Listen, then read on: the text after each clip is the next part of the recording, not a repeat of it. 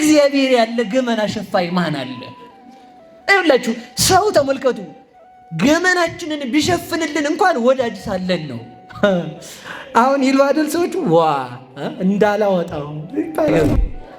የሌለነውን አምጥቶ ሰው ያደረገ እግዚአብሔር ያለነውን ማብላት ይችላል አይችልም? የሌለነውን ተመልከቱ፣ ፍጠረን ሳንለው የፈጠረን እግዚአብሔር ጠብቀን ሳንለው ይጠብቀናል አይጠብቀንም? አንዳንድ ሰው አጥብቀህ ስትቀርበው ጥቅም ፈላጊ ያደርጋል። እግዚአብሔርን ግን አጥብቀህ ስትቀርበው እሱ ደግሞ ለአንተ ጥቅም ይሰጣል። የዚህ ዓለም ሰው በወደድከው ቁጥር ጥላቻ ያድርበታል። ሰውን ተመልከቱ፣ አጥብቃችሁ ብትወዱት አጥብቆ ነው የሚጠላችሁ፣ ወረተኛ ስለሆነ ማለት ነው። እግዚአብሔር ግን ወረት የሌለው አምላክ እንደ እግዚአብሔር ያለ ማን አለ? አንዳንድ ሰው አሁን ጸሎት የሚጸልየው የመኪና አደጋ እንዳያጋጥመው፣ ጤናው እንደዛ እንዲሆን፣ እንደዛ እንዲሞላ፣ ንግዱ እንዲሳካ፣ ሰውም እንዲወደው ነው አሁን ሰው የሚጸልየው። ወይም ደግሞ ሆዱ እንዲሞላ ደረቱ እንዲቀላ ነው። ሌላ ምንም ትርጉም የለውም። በፍጹም በጸሎታችን እንደዛ አይደለም። ጸሎት ማለት ተመልከቱ፣ ጸሎት የምንጸልየው እግዚአብሔርን ለማመስገን ብቻ ነው። የክርስቶስን ሥጋ እየቆረብኩ እኔ እኮ ቄስ ነበርኩ፣ እኔ እኮ መነኩሴ ነበርኩ፣ እኔ እኮ ጳጳስ ነኝ፣ ሳቆርብ ነበረ፣ ሳጠምቅ ነበረ ብትል ከቤተ ክርስቲያን ከወጣ ጌታዬ በዚያው በበረሃ ነው የምትቀረው፣ በሲኦል ማለት ነው። አሮጌው ማንነታችን የሚሞተው አካላችን የማይሞተው እግዚአብሔርን የሚዋሃደው በጥምቀት ነው። የሚጨልምበት ሥጋችን ብርሃን ክርስቶስን የሚዋሃደው በጥምቀት ነው። አላዋቂ ሥጋችን አዋቂውን የሚዋሃደው በጥምቀት ነው። ተመልከቱ። ስለዚህ ምን አለ? የሚጠመቅ ሰው አሮጌ ማንነቱን ቀብሮ ማንን ይለብሳል? በሉ ክርስቶስን በሉ እንጂ። ስለዚህ ሁላችሁ አብቅቶላችኋል፣ ጉዳችሁ ፈልቷል፣ ዘንድሮ ፍሩ ይላችኋል። የማይነቅዝ እህል ከምሩ፣ በርበሬም ማስፈጩ፣ ወይራም አምጡ፣ ክትክታም አምጡ ለመብራታችሁ የሚሉ ሌባ ሰላዮች ከልቡናችን እንዲወጡ መድኃኔዓለም ይርዳል። እነዚህ ውሸታሞች ናቸው። በቃ በእግዚአብሔር በሉላችሁ ሁሉን እንችላለን። በስመ አብ ወወልድ ወመንፈስ ቅዱስ አሐዱ አምላክ። ዓለምን በመግቦቱ የሚመግብ በካህሊነቱ ያመጣ በቸርነቱ ፍጥረታትን ያጸና ሕያው እግዚአብሔር አምላካችን ጌትነቱን እንደ ነገሥታት በጉልበት እንደ ካህናት በሐሰት እንደ ካህናት በሀብት እንደ ነገሥታት በጉልበት እንደ ጣዖታት በሐሰት ያላደረገ ዓለማትን ፈጥሮ የሚገዛ ከባህሪው ምስጋና እየፈለቀለት ሲመሰገን የኖረ ከማያልቅ ዘመኑ የሚያልቅ ዘመን አምጥቶ ፍጥረታትን የፈጠረ ዕለታትን አውራሃትን የሚሰጠን የሰራዊት አምላክ ቅዱስ እግዚአብሔር አምላካችን ለስም አጠራሩ ክብርና ምስጋና ይሁን። እግዚአብሔርን የወለደችልን የሕይወታችን መሶብ ከሞት ወደ ሕይወት ከርኩሰት ወደ ቅድስና ከጨለማ ወደ ብርሃን ከሲኦል ወደ ገነት ከሐሳር ወደ ክብር የወጣንባት ሥላሴን ያየንባት ዓይናችን ንጽሕተ ንጹሐን ቅድስተ ቅዱሳን ድንግል ማርያም ለስም አጠራሯ ክብርና ምስጋና ይድረሰው። ጻድቃን ሰማዕታት፣ ደናግል መነኮሳት ከቅዱሳን መላእክት ጋር ለስም አጠራራቸው ክብርና ምስጋና ይድረሳቸው።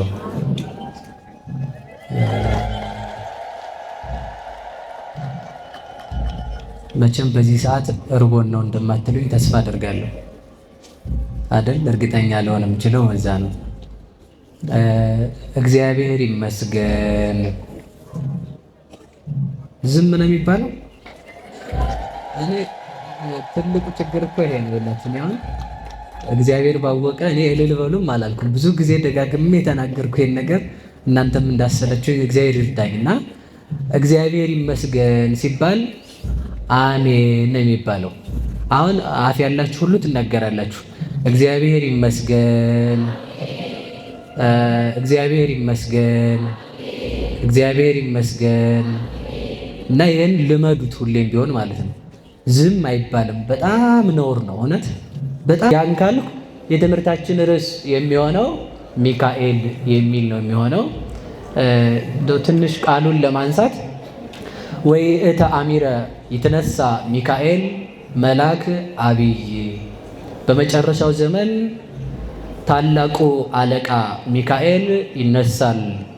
ዘይቀውም ለደቂቀ ሕዝብ ወአልቦ ረዳኢ ዘሎቱ፣ እንደሱ ያለ ተራጅ መልአክ የሌለለት ለሁሉ የሚራዳ ሚካኤል ለሕዝብ ልጆች ይቆማል። ባጭሩ አሳጥረን ስንይዘው ሚካኤል በሉ እንጂ በደንብ ለሕዝብ ልጆች ይቆማል። መቼ ስትባሉ በመጨረሻው ቀን። እስኪ መልሱልኝ፣ መቼ በሉ እንጂ። ያ የመጨረሻ ቀን ምንድነው ብለው ሲጠይቋችሁ ደግሞ ወይከውን ሕማም ወኩነኔ፣ ሚካኤል የሚቆምበት መቼ ነው ስትሉኝ፣ መከራና ቸነፈር ስቃይ በበዛበት ቀን ሚካኤል ይነሳል፣ ተነስቶም ለሕዝብ ልጆች ይቆማል ካለ በኋላ ወምንዳቤ ዘይኮነ ከማሁ እማመ ተፈጥረ ሕዝብ ዲበ ምድር። ሚካኤል የሚቆምበት መቼ ነው ብለህ የምትጠይቀኝ ከሆነም ብሎ ሲመልስ ምን ይላል? በዓለም ከተፈጠረ ጀምሮ በሕዝብ ላይ እንደዚህ አይነት መከራ መጥቶ አያውቅም። በዚያን ጊዜ ግን ሚካኤል ምን ይላል? በሉ መልሱልኝ እንጂ ሚካኤል ምን ይላል?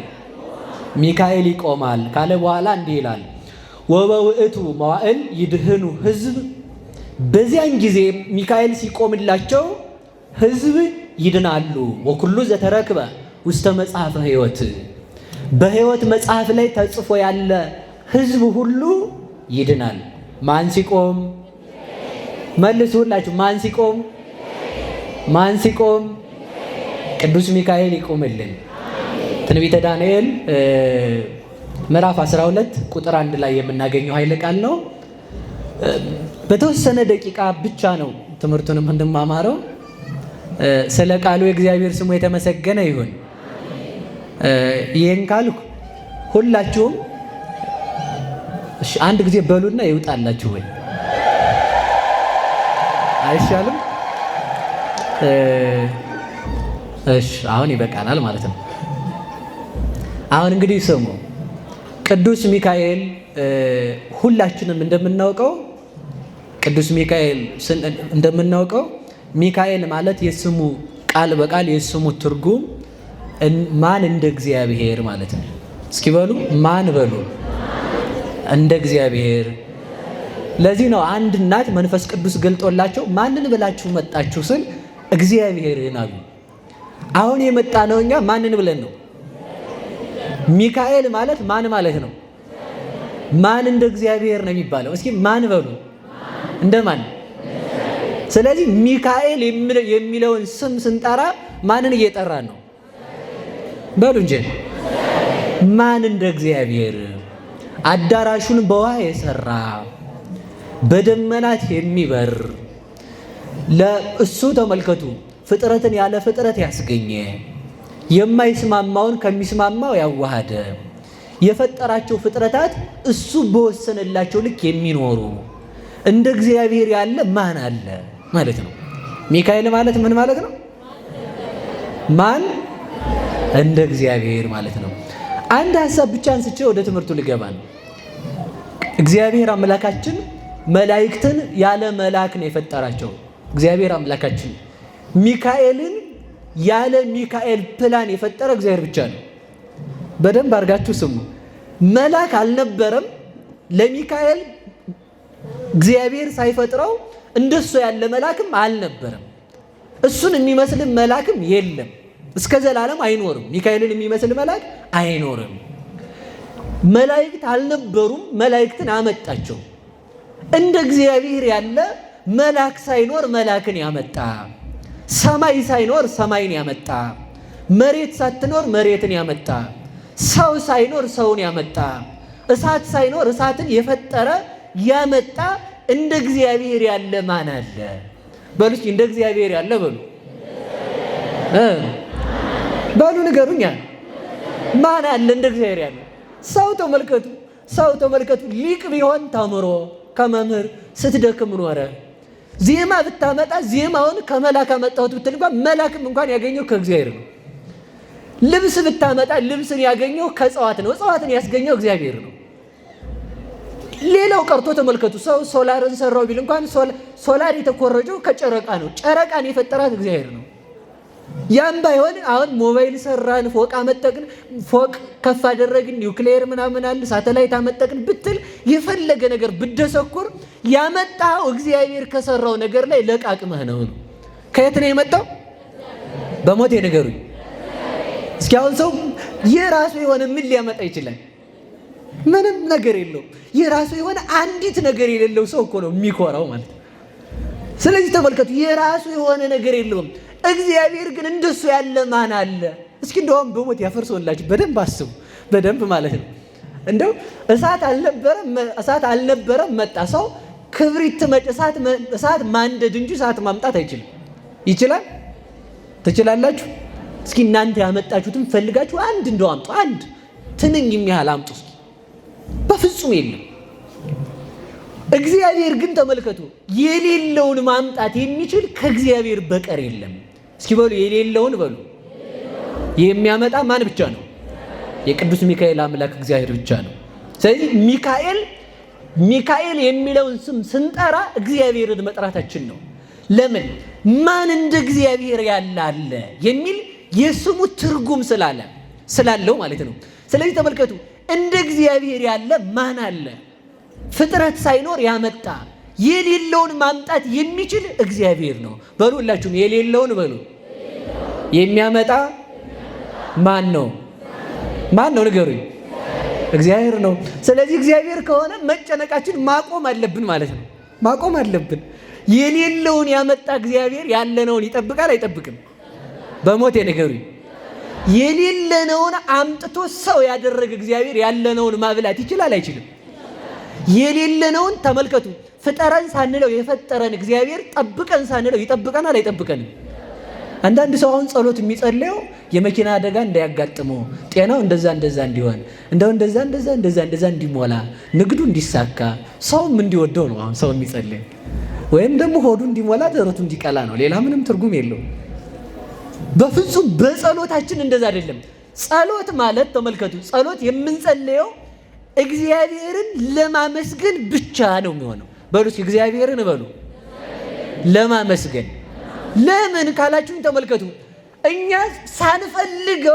ሳንፈልግ ያመጣን እግዚአብሔር ሳንፈልግ ያኖረናል። የእኛን ጉድለት የሚያውቅ ከእግዚአብሔር በቀር ማንም የለም። ማን አለ? እንዲሁ አሁን በሞት ያፈርሰንላችሁ ሰው አሁን እኛን በደንብ አድርጎ ቢያውቀን የሚያኖረን ይመስላችኋል? በሉ ንገሩ እንጂ። አሁን እኔንም እናንተ ዝም ያላችሁኝ በደንብ ስለማታውቁኝ ነው። እኔ እውነቴ ነው፣ በዚህ ፍጹም ደስ ነው የሚለኝ። ለምን መሰላችሁ? የሰውን ሐሳብ የሰውን ጉድ ተሸክሞ ሰው 30 ደቂቃ ይቆያል። እንደውም ይላሉ ሊቃውንት፣ ሲራክ ሲናገር ምን ይላል? ወሬኛ ሰው እና ጦር የተተከለበት ሰው ሁለቱ አንድ ናቸው ይላል። እስኪ በሉ ወሬኛ ሰውና በሉ ጦር የተተከለበት ሰው ምን አይነት ናቸው? በሉ እንጂ ንገሩኝ። ጦር የተወጋ አሁን በሞት ያይበልባችሁና እሾክ ቢወጋችሁ ቀለል ላድርገው ብዬ ነው። እሾክ ቢወጋችሁ እሾኩ ሳይነቀል ዳቦ ቢመጣ ትዝ ይላችኋል? ግድ አሁን በጣም የሚቸኩለው ሰው ጎኑ ላይ ጦር ቢገባ ጦሩን አውጥቶ እስከሚጥለው ነው። ተመልከቱ። የዚህ ዓለም ሰው ተመልከቱ፣ የሰውን ክፋት ሲያገኝ ያንን ክፋቱን ተንፍሶ እስከሚያርፍ ነው የሚቸኩል። ያን ክፋት ማለት ያችን አንዷን ክፋት ይዞ እንደ ሰይጣን እስከሚተነፍስ ማለት ነው። አሉ ይባላል። ንጉሱ መላጣ ሆኖ ለማንም እንዳትናገር ቢሉት ፈርቶ ጉድጓድ ውስጥ ገብቶ እዚያ ውስጥ ሆኖ ንጉስ መላጣ ናቸው አላሉ። የሚተነፍስበት አጥቶ ማለት ነው። አሁን ሰው ወሬኛ የሆነው ለምን ይመስላችኋል? ቲክቶክን የሚወደው ምናምን እንደዚህ መጽሐፍ አሁን እነዚህ ነገሮች በሰው ላይ በጣም የሰፈኑበት ለምን ይመስላችኋል? ሰው ወሬኛ ስለሆነ የሚሰማው ስላጣ የሚተነፍስበት ይፈልጋል ያንን ማለት ነው። እና በሉ እንደ እግዚአብሔር ያለ በሉ እንጂ ማን አለ? ይኸው ተመልከቱ፣ የእኛም መረጃ ሳያሰጣ የያዘ እግዚአብሔር ነው። ኃጢአታችንን ግልጥ ቢያደርገው ማለት ነው እንኳንስ አደባባይ መውጣት ተመልከቱ፣ ባለንበት ላይ ተቀብረን ብንኖር ይሻለን ነበር። እንደ እግዚአብሔር ያለ ገመና ሸፋይ ማን አለ? ይኸውላችሁ ሰው ተመልከቱ፣ ገመናችንን ቢሸፍንልን እንኳን ወዳጅ ሳለን ነው። አሁን ይሉ አይደል ሰዎቹ እንዳላወጣው ይባላል። ቲክቶክ ላይ ነው የምለቀው እንደዚያ ዩቲዩብ ነው የምለቀው አሰጣለሁ እረፍ ይላል ሰው። እግዚአብሔር ስንጣለው መረጃ የማያወጣ አምላክ እኮ ነው። ተመልከቱ። ተጣልተነውም ዝም። እውነቴን ነው። እንደ እግዚአብሔር ያለ ማን አለ? እስኪ በሉ እንደ እግዚአብሔር ያለ በሉ ማን አለ? የዚህ ዓለም ሰው ልብ በጣም ብታምነው ያንተን እምነት አይቶ ለጥቅም ይክድሃል። እግዚአብሔር ግን ክደኸውም ያምናሃል። ክደኸውም እንኳን ቢሆን ስትመለስ የታመኑ እጆች አሉ አንተን ለማንሳት። የዚህ ዓለም ሰው አጥብቀህ ስትቀርበው ጥቅም ፈላጊ ያደርጋል። እግዚአብሔርን ግን አጥብቀህ ስትቀርበው እሱ ደግሞ ለአንተ ጥቅም ይሰጣል። የዚህ ዓለም ሰው በወደድከው ቁጥር ጥላቻ ያድርበታል። ሰውን ተመልከቱ። አጥብቃችሁ ብትወዱት አጥብቆ ነው የሚጠላችሁ፣ ወረተኛ ስለሆነ ማለት ነው። እግዚአብሔር ግን ወረት የሌለው አምላክ። እንደ እግዚአብሔር ያለ ማን አለ? በሉላችሁ እንደ እግዚአብሔር ያለ በሉ ማን አለ?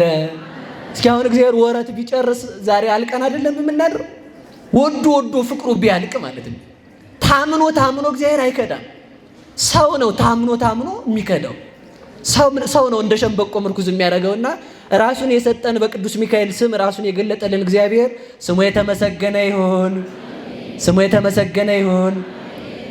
ይሄን ካልኩ እግዚአብሔር አምላካችን አንድ ነገር ሰራ። እግዚአብሔር አስቀድሞ መላእክትን በፈጠራቸው ጊዜ ተመልከቱ፣ ቅዱስ ሚካኤልን በጣም ነው የምንወደው። የእውነት ለመናገር ማለት ነው በጣም ነው የምንወደው። የምንወድበት ምክንያት እናታችን ድንግል ማርያም ሳትፈጠር ይዞ የተገኘ መልአክ ስለሆነ ነው። ማንን በሉ እንጂ አስቀድሞ ተመልከቱ። ድንግል ማርያም አስቀድማ የተሰበከችው ለመላእክት ነው። ለማን ነው? ለመላእክት። በቅዱስ ሚካኤል ክንፍ ላይ እመቤታችንን ስሎ አኑሯታል፣ አስቀምጧታል። ለዚህ ነው ቅዱስ ያሬድ ሲናገር ምን ይላል? ሚካኤል መልአክ በክነፍ ጾራ፣ ቅዱስ ሚካኤል በክንፉ ተሸከማት ይላል። እስኪ በሉ ቅዱስ ሚካኤል በሉ በክንፉ ተሸከማት። ለዚህ ነው እግዚአብሔር ሲያመሰግነው እንበለ ባሕቲታ አልቦ ዘይትማሰለከ በልማደ ምሕረት ወሳይል እንበለ ባሕቲታ ይትከ ማርያም ድንግል። ቅዱስ ሚካኤል አንተን በቸርነት የሚመስልህ በመራራት የሚመስልህ ከርሩሃ ከእህትህ ከድንግል ማርያም በቀር ማን አለ ይላል። ያችን ድንግል ማርያም ርሪት የሆነች እናት ድንግል ማርያምን በክንፉ ይዞ ስለኖረ ተመልከቱ። ምን ይባላል ካላችሁን ተመልከቱ። የድንግል ማርያም መበስር ተብሎ ይነገራል። እመቤታችንን ለመላእክት በክንፉ ላይ የገለጠ መልአክ ቅዱስ ሚካኤል ነው። እሱን የሰጠን መድኃኔዓለም የተመሰገነ ይሁን። ምን አለመሰላችሁ? በክንፉ ተሸከማት ካለ በኋላ መንጦ ላይ ተደመና ሰወራ። ደመና ክብር ነው። በክብር በባለሟልነት የአምላክ እናት እንደመሆኗ በሚካኤል ክንፍ ላይ ተሳለች አለ። ከዚያ ተመልከቱ መጋረጃ ጋረዳት አለ። ተመልከቱ ሚካኤል ክንፍ ላይ ብትሆንም ለመወለድ ዘመናት ቀርተዋት ነበር አለ። ምን ቀርተዋት ነበር? በሞት የነገሩኝ። ስለዚህ ሚካኤል ሲመጣ ማን ይመጣል? በሉ እግዚአብሔር በሉ እንጂ ማን ይመጣል ወደኛ? ቅዱስ ሚካኤል ሲመጣ ማን ይመጣል? እናታችን ቅድስት ድንግል ማርያም። ምክንያቱም ተመልከቱ ድንግል ማርያም በወረቀት አይደለም የተሳለችው። እንግዲያስ በሚካኤል ክንፍ ነው። ይኸው ጥገበውና እንግዲህ ለይለይል ሰው ምን ይለይ? አሁን ያመዋል ሰው በቅዱስ ሚካኤል ክንፍ ላይ የኖረች እናት ነው ያለችን። እሷን የሰጠን እግዚአብሔር የተመሰገነ ይሁን። እሺ ወደ ነገራችን እንሄድ። ማን ይነሳል? ሚካኤል በሉ እንጂ ማን ይነሳል? ለማን ይነሳል? ለሰው ልጆች። አጠር አድርጌ ብቻ ነው የምናገረው። ሁላችንም እንደምናውቀው ቅዱስ ሚካኤልን ስናስብ የመከራችን ዘመን ማብቃቱን እናስባለን። ቅዱስ ሚካኤል ሲታሰብ የሚታሰበው እሱ ነው። ቅዱስ ሚካኤል ሲታሰብ ከሞት መነሳታችንን እናስባለን። መለከቱን የሚነፋው ኃያል እግዚአብሔር፣ ልዩ እግዚአብሔር፣ ጽኑ እግዚአብሔር ብሎ የመለከት ድምፅን የሚያሰማ ቅዱስ ሚካኤል ስለሆነ ቅዱስ ሚካኤልን ተመልከቱ። በመጀመሪያ እናገኘዋለን፣ በመጨረሻ እናገኘዋለን። እስኪ በሉ በመጀመሪያም በሉ በመጨረሻም ማን ይገኛል? ቅዱስ ሚካኤል ይገኛል። ከሁላችን ጋር ይሁንልን። ስለዚህ ሁላችንም እንደምናውቀው እስራኤል በደንብ ስሙ። ታሪክ አጭር ብቻ ልንገራችሁ። እስራኤል ተማርከው ግብፅ ከወረዱ በኋላ ከግብፅ እስራኤልን እየመራ ይዞ የወጣ መልአክ ማን ነው? ንገሩኝ እንጂ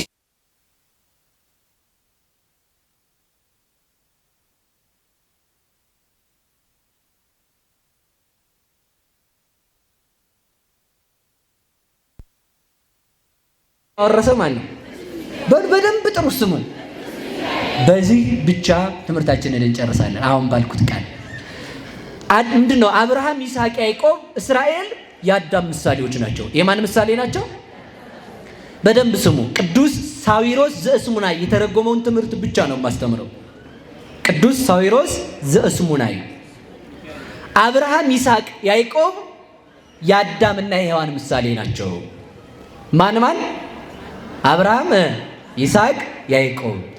ግብፅ የወረዱት የአብርሃም የይስሐቅ የያዕቆብ ልጆች ናቸው አለ። የማን ልጆች ናቸው? የአብርሃም የይስሐቅ የያዕቆብ። የአብርሃም የይስሐቅ የያዕቆብ ልጆች ግብፅ ከወረዱ በኋላ ተመልከቱ፣ ግብፅ ከወረዱ በኋላ በሙሴ መሪነት በቅዱስ ሚካኤል ጠባቂነት ሙሴ በፈርዖን ፊት ቆመ ይላል። በማን ፊት ቆመ? በሉ እንጂ ንገሩኝ። ፈርዖን የሳጥናኤል ምሳሌ ነው። ፈርዖን ልበ ደንዳና እንደሆነ ተመልከቱ። ሳጥናኤልም ልቡ እስከ መጨረሻው የማይመለስ ነው። ስለዚህ ምንድነው ያደረገው ካላችሁ ሙሴ በፈርዖን ፊት ቆሞ ሕዝቤን ልቀቅ ብሎ የቆመ ነቢይ ማን ነው ብላችሁ ብትሉኝ ሙሴ ነው። ሕዝቡን ከገሃነም ለማዳን በቀራንዮ አደባባይ የቆመ የባህሪ አምላክ ማን ነው ብላችሁ ብትጠይቁኝ ክርስቶስ ነው። ሙሴ ተመልከቱ፣ በፈርዖን ፊት ከቆመ በኋላ ለእስራኤል ከግብፅ ለመውጣት በግ እንዲበሉ አዘዛቸው ይላል። ምን እንዲበሉ? በሉ ንገሩኝ እንጂ ከግብፅ ለመውጣት ምን መብላት? በሉ ንገሩኝ። በግ መብላ። አሁን በግ ያልበላ ሰው አይድንም፣ ግብፅን አያልፍ። ከዚያም በኋላ ሙሴ ተመልከቱ፣ ፈርዖን አለቃቸው ሲል 10 ታምራትን ካሳየ በኋላ በመጨረሻ በግ እረዱ አላቸው። በግ አረዱ። የታረደውን በግ ብሉት አላቸው። የምታርዱት በግ አንደኛ ቀንዱ ያልከረከረ፣ ፀጉሩ ያልከረደደ፣ ጥፍሩ ያልዘረዘረ የምታርዱትን በግ ተመልከቱ እንዳታተርፉት። ልብ ብላችሁ ስሙ። ምን እንዳትሉት? እንዳታተርፉት። አንድ በግ እንድትጨርሱ ሆናችሁ ተሰብስባችሁ ወረዱ። ያንን በግ ስትበሉት አለ ተመልከቱ፣ ስትበሉት የተቀቀለውን እንዳትበሉ፣ እርጥቡን ስጋም እንዳትበሉ፣ አጥንቱንም እንዳትሰብሩ፣ ቢተርፋችሁ እንዳታሳድሩ፣ በእሳት አቃጥሉ። እየሰማችሁ ነው ብዬ አስባለሁ። ይህን አርጉ። ስትበሉ ደግሞ የበጉን ደም የበሩን መቃንና መቃኑን ጉበንና ጉበኑን ቀቡት።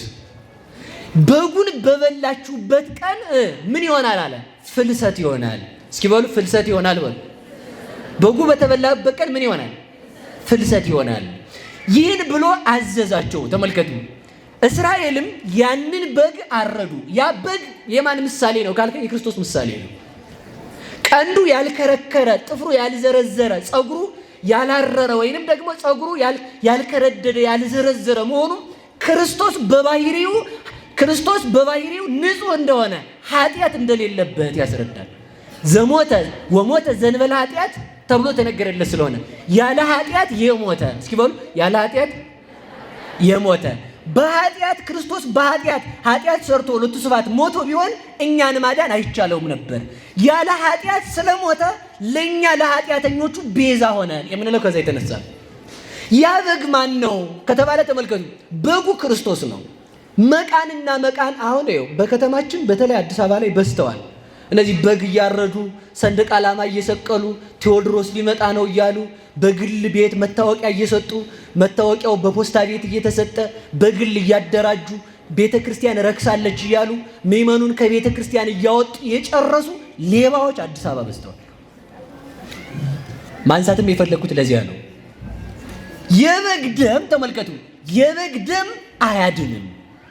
የሚያድነው የአማናዊ በግ ደም የክርስቶስ ደም ነው። መቃንና መቃኑን ቀባው ተብሎ ለሙሴ ተነግሯል። ለጊዜው መላከ ሞት ወደዚያ ቤት እንዳይገባ እስራኤልን እንዳይቀስፍ ነው። ፍጻሜው ግን ምን መሰላችሁ? መቃንና መቃን የተባለው ከንፈራችን ነው። ጉበንና ጉበን የተባለው ዳርና ዳሩ ነው። የበጉን ደም የቤቱን በር ቀባው ማለት የክርስቶስን ስጋና ደም ተቀበሉ ማለት ነው። ስንቀበል ከንፈራችንን ስለሚነካን ነው። መልአከ ሞት እንዳይቀስፈን የሚያድነን የተራ በግ ደም ሳይሆን የአማናዊ በግ ደም የክርስቶስ ደም ነው። ያኛው በግ የማይናገር በግ ነው። እኛ የምንሰዋው በግ ግን የሚናገር በግ ነው። ያኛው የግብፅ የእስራኤል በግ ተመልከቱ የማያውቅ በግ ነው። እኛ የምንሰዋው የምንቀበለው በግ ግን ተመልከቱ የምንቀበለው በግ ግን አዋቂ ማይምረህ ዋት የሆነ ክርስቶስ ነው። ያኛው በግ ተመልከቱ ጊዜያዊ በግ ነው። ይሄኛው በግ ግን አማናዊ በግ ክርስቶስ ግን በሐዲስ ኪዳን የበግ ደም ሳይሆን የክርስቶስ ደም ነው። ስጋውን ብሉት ማለት ምን ማለት ነው? የክርስቶስን ስጋና ደም ተቀበሉ ማለት ነው። ስለዚህ ተመልከቱ ፍልሰት የሚሆነው እንድንቀበል የታዘዝነው የክርስቶስን ስጋ ነው። እስኪ በሉ እንድንቀበል የታዘዝነው በሉ የማንን ነው? የእነዚህ ሰዎች አንዱ ተልኳቸው ኢትዮጵያን ወደ ይሁዲዝምነት መቀየር ነው፣ ወደ ኦሪት መመለስ ነው። እዚህ ጋር በየግላቸው ርትዕት ተዋህዶ፣ ኤረር ተራራ ድምፅ፣ ትጉሃን መማክርት ምናምን እያሉ የሚደሰኩሩ ሰዎች ሐሰት ናቸው። እየሰማችሁ ነው? እንግዲህ ካለየላችሁ ለይላችሁ፣ እውነቱን ተናግሬ ነው የምጨርስ። ስለዚህ ተመልከቱ በግ ማን ነው በሉ ክርስቶስ በሉ እንጂ በጋችን ማን ነው? ያኛውን በግ የበሉት ሰዎች ሞተዋል፣ በረሃ ላይ አልቀው ቀርተዋል፣ በመቅሰፍት አልቀዋል። አማናዊ በግ ክርስቶስን የበሉ ሰዎች ግን ለመንግስተ ሰማያት ይበቃሉ። በሐዲስ ኪዳን በግ አርደህ ቤትህን ቀባ የሚል መጽሐፍ የለም፣ ተተርጉሟል። ያ በግ ማን ነው? ክርስቶስ። የዛ የበግ ደም ማን ነው? የክርስቶስ ደም። አጥንቱን አትስበሩት፣ ወልድን በመለኮቱ እንዳሬዎስ ፍጡር አትበለው፣ ቅቅሉን አትብላ። ሲቀቀል ስጋው እሳት በመታው ጊዜ ምን ይላል? ይፈርሳል። በመቃብር ፈርሷል በስብሷል ብለን የክርስቶስን ስጋና ደም አትቀበል ማለት ነው። ስለዚህ እርጥቡን አትብላ፣ እርጥቡን ስጋ አትብላ ማለት ደግሞ ምን ማለት ነው? ክርስቶስ ከስጋው ጋር የክርስቶስን ስጋ ስትቀበል ደመ ነፍስ አለው ብለህ አትቀበል። ነፍስ የተለየው መለኮት የተዋሃደው ስጋ ነው ብለህ ተቀበል እንጂ ስትበሉ 18 ሰዓት ጾማችሁ ብሉት ብሏቸዋል። 18 ሰዓት ጾማችሁ ብሉት ያለው ተመልከቱ ለጊዜው መራራ ነገር እንዲሰማቸው ነው። ሐሞት ጨምራችሁ ብሉት አላቸው። ለጊዜው ቂጣ ይበላሉና እንዲበትንላቸው ነው። ቂጣም የክርስቶስ ምሳሌ ነው። ቂጣ የሚጋገረው ያለ እርሾ እንደሆነ ተመልከቱ። ያለ ቀኑ አመጣሁት መሰላል። አሁን የጸሎት ሐሙስ ቂጣ ሲጋግሩ የከተማ ሰው በእርሾ ነው። እናንተ ደግ አይደላችሁ? አይጋገርም በፍጹም። በእርሾ መጋገር እርሾ የዘር ምሳሌ ነው። ያለ እርሾ መጋገር ተመልከቱ ክርስቶስ እንበለ ዘር ይወለዳል ብለው ነበር እየሰበኩልን ያለን። አሁን ግን እኛ ጋግረን ስንበላ ያለ እርሾ ጋግረን የመብላታችን ምልክቱ ምንድነው ካላችሁ ክርስቶስ እንበለ ዘር ተወልዶ አድኖናል። ያለ ምን በሞት የነገሩኝ እንጂ ያለ ዘር ተወልዶ አድኖናል ብለን ነው። ስለዚህ ተመልከቱ ከዚያ ምን አላቸው? 18 ሰዓት ጾሙ አላቸው። 18 ሰዓት ጾመን በሐዲስ ኪዳን የክርስቶስን ስጋና ደም መቀበል ስላለብን ነው። ከዚያ ተመልከቱ መራራ ሐሞት አርጉበት አላቸው። ለጊዜው እንዲበትንላቸው ነው። ፍጻሜው ግን ክርስቶስ በመስቀል ላይ መራራ ሐሞትን ይጠጣልና ነው። በሐዲስ ኪዳን ያለን ሰዎች አቆራቢም ቆራቢም 18 ሰዓት ይጾማል። ይሄ ግዴታ ነው። ለምን ከተባለ ክርስቶስ በመስቀል ጌታ ሆይ አንተ በመስቀል ላይ ሆነ መራራ ሐሞት ጠጥተህ ነበር ብለን ለማስታወስ ነው። ከዚህ የተነሳ ይህን እናደርጋለን። በጉን በበሉበት ምሽት ስደት ሆነ። በሉ እስኪ በጉን በሉ። በበሉበት ምሽት ምን ሆነ? ተናገሩ እንጂ። ስደት ሆነ። ያን በግ ሲበሉ ተመልከቱ ሁለት ነገር ታዘዋል። እየቸኮላችሁ ብሉ። እስኪ በሉ እየቸኮላችሁ ብሉ። አሁን እንግዲህ ስትበሉ የታዘዛችሁት እየቸኮላችሁ ነው መብላት። እሺ ምን ማለት ነው? ሞት አለብኝ እያላችሁ ብሉት። ሞት መቼ እንደሚመጣ አታውቁም። ለጊዜው ተመልከቱ መንገደኞች ስለሆኑ ጫማ አድርገው ቆብ ደፍተው ወገባቸውን ታጥቀው ዱላቸውን በእጃቸው ይዘው ቶሎ ግጥም አድርገው በሉት። ለምን? የቸኮለ ሰው የወታደር አበላልና የቸኮለ ሰው አበላል እንደዚያ ነው። ቶሎ በልቶ ታክሲ እንዳያመልጠው ጠዋት ይወጣል ሰው ላጥ አድርጎ ማለት ጫማውን ለብሶ። ልክ እንደዚያ ተመልከቱ ሞት መቼ እንደሚመጣ አታውቁምና ሞት ሳይቀድማችሁ የክርስቶስን ስጋና ደም ብሉ ማለት ነው። እስኪ በሉላችሁ ሞት ሳይቀድማችሁ በሉ። እሺ በሞት ያፈርስ ሆነ። አሁን እኮ በጣም ሰው አስቸጋሪ ሆኗል እኮ። እሺ መቼ ነው የምትሞቱት? ንገሩኝ እንጂ። እሺ የሚቆረበው መቼ ነው? ንገሩ እንጂ ዛሬ በሉ አሁን ነው። እንደውም አሁን ነው መነሳታችንን እናውቃለን። በሉ መቼ ነው የሚቆረበው? የሚቆረበው እውነቴን ልንገራችሁ ከመሞት አስቀድሞ አንድ ቀን ሲቀር። መቼ ነው የሚቆረበው?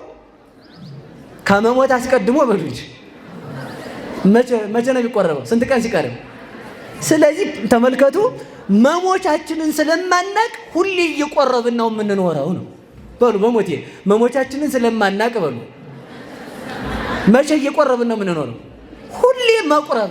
ሰው አሁን የሚደሰኩረውን ድስኩር ልንገራችሁ። አንደኛ እኔ ክፉ ሰው ስለሆንኩ ስለምሰርቅ እንደዚያ ዘማዊ ስለሆንኩ በዚህ ዓለም የኖረ ሰው መቼስ የስጋ ለባሽ ነገር መቼስ እንደው እንዲህ ያለ ድስኩር ተስተካክዬ ከዛ ቤት ሲኖረኝ መኪና ሲኖረኝ አትልፉ፣ መቼም አትስተካክሉ። እውነት በቃ የምታሳዝኑት እንደዚህ ያለ። እስኪ ተስተካክዬ በሉ። የሚያስተካክለው እግዚአብሔር ካንተ ጋር ካልሆነ እንዴት ትስተካከላለህ? ለመስተካከል ነው እኮ መቁረብ ያለብን። እናንተ ሰዎች ሞኝ ናችሁ እንዴ? ሰው አሁን ሆስፒታል እንገንባ ብለዋል አባታችንና አሁን ሆስፒታል ገብታችሁ ታማችሁ ዶክተሩ ሊያክም ሲመጣ ዶክተር ወደዛ አይደልኝማ ብትሉ በሽተኛ ነኝ ብላችሁ ሐኪም ቤት መሄድ ደግሞ አልታከምም ማለት እንዲህ አይነት በሽተኛ ነው የገጠመን እኮ። ምንድን ነን እኛ? በሉ በሽተኛ በሉ እንጂ ከዛ ደግሞ አልታከምም የሚል በሽተኛ ማለት ነው። እንስተካከል ካላችሁ ተመልከቱ፣ ለመስተካከል ራሱ እግዚአብሔር ያስፈልገናል። ለመስተካከል ማን ያስፈልገናል? በሉ እንጂ በሽተኛ ነን ካል ጤነኛ ለመሆን ማን ያስፈልገናል? የእውነቴን ነው። ይችኛዋን ኃጢአት ሳቆም እያልን ማቆም አንችልም ነው። በደንብ እርግጠኛውን የምነግራችሁ ማቆም የምንችለው እግዚአብሔር ከኛ ጋር ሲሆን ነው። ብቻህን ነዋ እየተዋጋ ያለው። ይህኛውን ኃጢአት ሳቆም እቆርባለሁ አይቻልም። ቆርበህ ከእግዚአብሔር ጋር እየሆንክ ኃጢአት ግን ማቆም ነው። እየሰማችሁ ነው አይደል?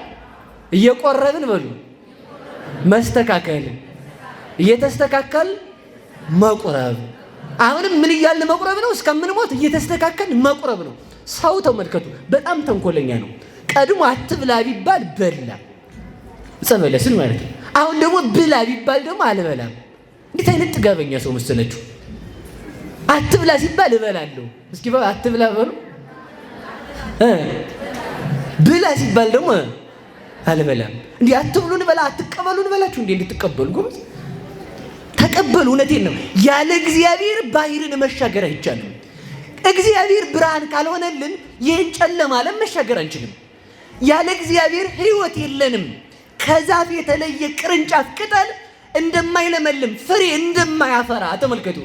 ከግንዱ ከለያችሁት ፍሬ ማፍራት ይችላሉ? በሞት ያፈርሰው። ከግንዱ የተለየ ቅርንጫፍ ወይንም ክንፍ ፍሬ ማፍራት ይችላል? በሞት ንገሩኝ እንጂ። እና ምን ሆናችሁ ነው ሲስተካከል ነው ምቆርብ የምትሉ? ከክርስቶስ ተለይተ ፍሬ ማፍራት አትችልም። ለዚህ እኮ ነው ሀበኒ ግበር ፍሬ ዘያሰምረከ ከማስተሪ በላይ ሌከ አይደለም የሚለው። በቅዳሴ ጊዜ የሚጸለየው ሲቆርቡ ምንድን ነው? እባክህ ጌታ ሆይ በመጨረሻው ቀን በአንተ ላይ ሆኜ ፍሬን አፈራ ዘንድ ፍቀድልኝ። ከክርስቶስ ተለይቶ ፍሬ ስለሌለ መስተካከልም ከእግዚአብሔር ጋር ሲሆን ነው። ሕይወት ማግኘትም ከእግዚአብሔር ጋር ሲሆን ነው። መንግሥተ ሰማያትን መውረስም ከእግዚአብሔር ጋር ሲሆን ነው። ማሸነፍም ከእግዚአብሔር ጋር ሲሆን ነው። ባሕርን መሻገርም ከእግዚአብሔር ጋር ሲሆን ነው። ደስታም ከእግዚአብሔር ጋር ሲሆን ነው። ከእግዚአብሔር ጋር ካልሆን ሁሉን እናጣለን። ከእሱ ጋር እንድንሆን መድኃኔዓለም ይርዳን። ሁላችሁም እጃችሁን አውጡ። እንዲህ አይነት ቀልድ እኔ አልፈልግም። እውነቴን በፍጹም ነው አልፈልግም። እየሰማችሁ ነው? እየቸኮልኩ በሉ እበላለሁ። ስስት አይደለም ያልኩኝ። እየቸኮል ተመልከቱ። አሁንና ቆይ እንዳታወርዱት። ሰነፍ ከኛ በቀር አለ ሰነፍ? እውነቴን ሰደበን እንዳትልኝ ስለ ያው እግዚአብሔር ብያችኋለሁ። ሰነፍ አለ። አብዱቱ ዘይሊ ዘንበለ መቃብሩ። ተመልከቱ። ሰነፍ ማን ነው ካልከኝ መቃብሩን ትቶ ሌላ የሚያስብ ሰው ነው አለ። ተመልከቱ። ሰነፍ ማን ነው? እኛው ነን። ሞት እያለብን ተመልከቱ። ሞትን ያህል ኃጢአትን ዘመድ አድርገን ክርስቶስን ርቀን መኖር ማለት ነው። ከሱ ጋር እንድንኖር መድኃኔዓለም ይርዳን። ስለዚህ እየቸኮልን እንበላለን። ትቆርባላችሁ ከዚህ በኋላ አይደል? አዎ በሉ እንጂ። የምትደሰኩሩትን ዲስኩርስ ስለማቀው ነው። ባሌ ክፉ ሆኖ ባልሽ የሚስተካከለው ከእግዚአብሔር ጋር ስትሆኝ ነው። ልጄ ክፉ ሆነ ልጅሽ የምትስተካከለው ከእግዚአብሔር ጋር ስትሆኝ ነው። ጎረቤቶች ነገረኛ ናቸው። ጎረቤቶች ነገራቸውን የሚተውት ከእግዚአብሔር ጋር ስትሆኚ ነው።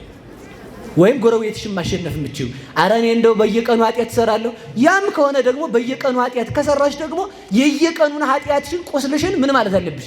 መታከም አለብሽ። እየሰማችሁ ነው? አሁን ሰው የሚለው ቆርቤስ ኃጢአት ብሰራ እንዲሁ በሞቴ እንዲሁ ሰው እስኪ ቆርቤስ በሉ እንጂ ኃጢአት ብሰራ። እሺ ልብስ የምታጥቡት ልትለብሱት ነው ልታስቀምጡት ነው? በሉ እንጂ ከለበሳችሁት ምን ይላል? ከቆሸሸ ምን ይደረጋል? ከታጠበ ምን ይደረጋል? ልብስ ነህ እኮ አንተ ነው። ሰው ስለሆንክ በኃጢአት ትቆሸሻለህ። ስትቆሽሽ ደግሞ እግዚአብሔር አንተን አውጥቶ ኧረ እዚያ ጋርቤጅ ነው የምጥለው ብሎ አያወረውርህም። እንግዳ ምን የሚያደርግህ በሳሙና በሆሞ እጥብ አድርጎ እንደናንተ ቋንቋ ብዬ ነው እጥብ አድርጎ ሽታዋን ርጭት አድርጎ ሳጥን ቁጭ፣ ከዛ ለሆነ ቀን ልብስ፣ ከዛ ቁሽሽ ስትል ደግሞ እጥብ። እንደ ውሃ እግዚአብሔር ነው፣ እንደ ሳሙናው ስልጣነ ክህነት ነው። የመታጠቢያችን ወንዝ የተባለችው ቤተ ክርስቲያን ወይንም ንስሐ ነው። ከለዚያ ተመልከቱ፣ ታጥበህ እንደ መታጠብ እዚያ እንደ መቸፍቸፍ በሳሙና በሆሞ እንደ መመታት ተመልከቱ። የምትሰግደው የሚጸጥ ጾም ቀኖናው ነው። ከዚያ በኋላ ፀሐይ ላይ እንደ መሰጣት ተመልሰህ ከክርስቶስ ጋር ትዋሃዳለህ። ያን ርጥብ ባህሪህን ትተዋለህ። ስትለበስ ደግሞ ተመልሰህ ትቆሽሻለህ። ስትቆሽሽ ደግሞ አሁን መድኃኒቱ ምንድነው? በሉ መታጠብ በሉ እንጂ መድኃኒቱ ምንድነው? በሉ እውነቴን ነው። እግዚአብሔርን አመፀኛ አምላክ የሚያስብለው እንዲህ ቢለን ብቻ ነበረ። ስጋዬና ደሜ የሚሰጠው ለንጹህ ሰው ነው ቢል ማለት ነው። ስጋውና ደሙ የተሰጠው ለኃጢአተኛ ለጻድቃን በሉ እንጂ ንገሩኝ። ለኃጢአተኛ ለጻድቃን ደግሞ እኛ ምንድን ነን? ኃጢአተኛ ስለሆን ምን አንልም የምንል ሰዎች ነን።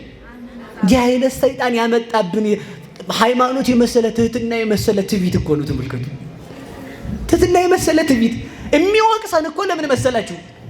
ጸሐፍት ፈሪሳውያን እንዲህ አላቸው፣ ከዘማውያን ጋር ይበላል፣ ከኃጢአተኞች ጋር ይውላል፣ የእነሱ ወዳጅ ነው ሲሉት እንዲህ አላቸው፣ በሽተኞች መድኃኒትን ይፈልጉታል አላቸው። እስኪ በሉ በሽተኛዎች በሉ ማንን ይፈልጉታል አለ?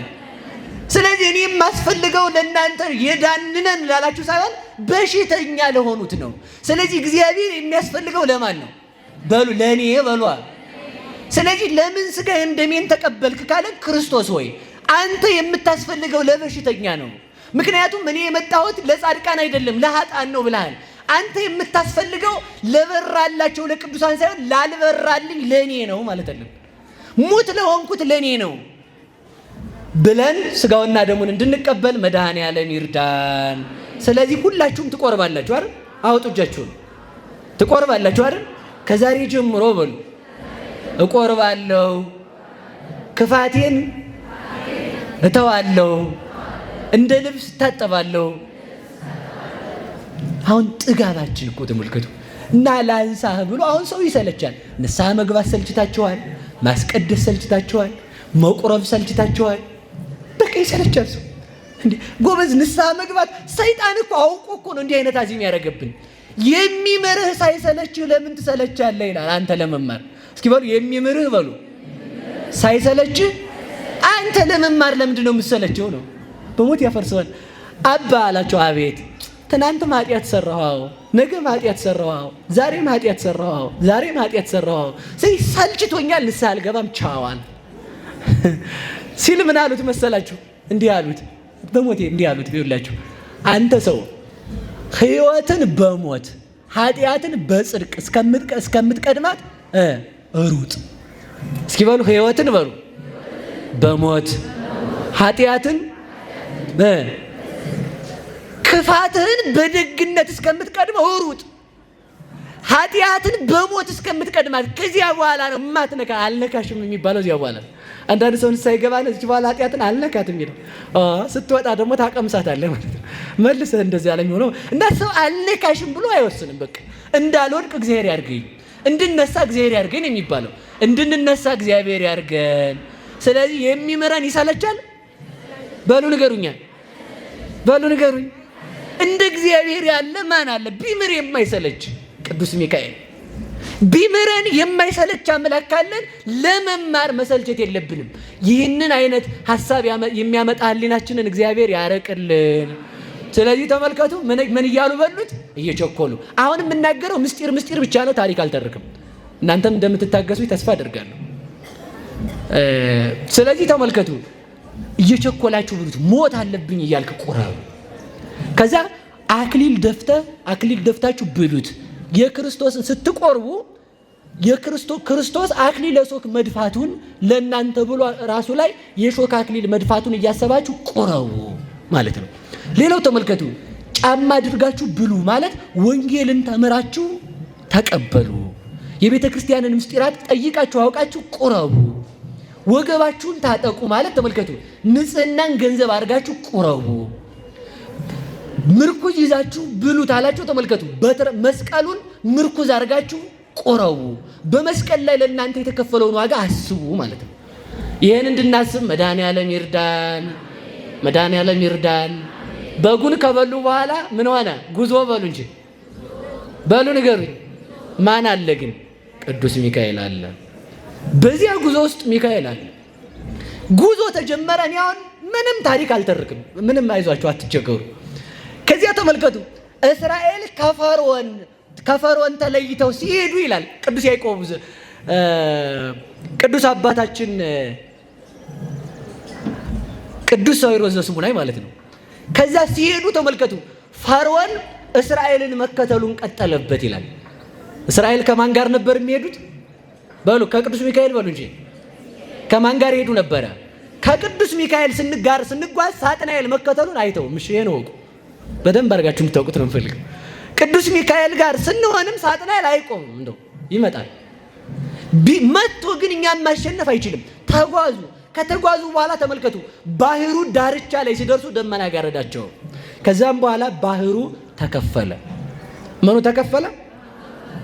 አሁን የምታውቁትን ታሪክ አይደለም፣ ዝም ብላችሁ ስሙ። ባህሩ ሲከፈል ፈርዖን ተመለከተና ምን አለ መሰላችሁ? አሃ ባህር ተከፈለ፣ እኔም እሄዳለሁ አለ እና ቅዱስ ያዕቆብ ቅዱስ አባታችን ቅዱስ ሳዊሮስ ዘስሙናይ ሲናገር ምን ይላል መሰላችሁ? ባህር መከፈሉን ሲያይ አለ ፈርዖን ሙሴን እንደማያውቀው ሆነ አለ። ተመልከቱ እስኪ፣ ባህር መከፈሉን ሲያይ በሉ። ፈርዖን ሙሴን እንደማያውቀው ሆነ። ባህር መከፈሉን ሲያይ ፈርዖን መመለስ ነው የነበረበት፣ መቀጠል እና እንደው ብንሆን እኛ መቀጠል ነው መመለስ ነው የነበረብን። ተመልከቱ፣ በደንብ ስሙኝ። ይሄ ምስጢረ ሥጋዌም ስለሆነ ፈርዖን ሙሴን እስካለማወቅ ደርሶ ልቡናው ታወረ ይላል። ለዚህ ነው እግዚአብሔር ምን ይላል? ወአጸን ልቦ ለፈርዖን፣ የፈርዖንን ልቡን አጸናዋለሁ አለ። እንዴ እግዚአብሔር የፈርዖንን ልብ ካጸና ችግሩ እግዚአብሔር ነው ማለት እንዲያ ማለት አይደለም። እግዚአብሔር የሰውን ልብ ያጸናል ማለት ረድኤቴን አነሳለሁ ነው። እስኪ በሉ ረድኤቴን በሉ። መሐሪው እግዚአብሔር የተለየው ልብ ምሕረት ያቆማል። ቸሩ እግዚአብሔር የተለየው ልብ ቸርነትን ያቆማል።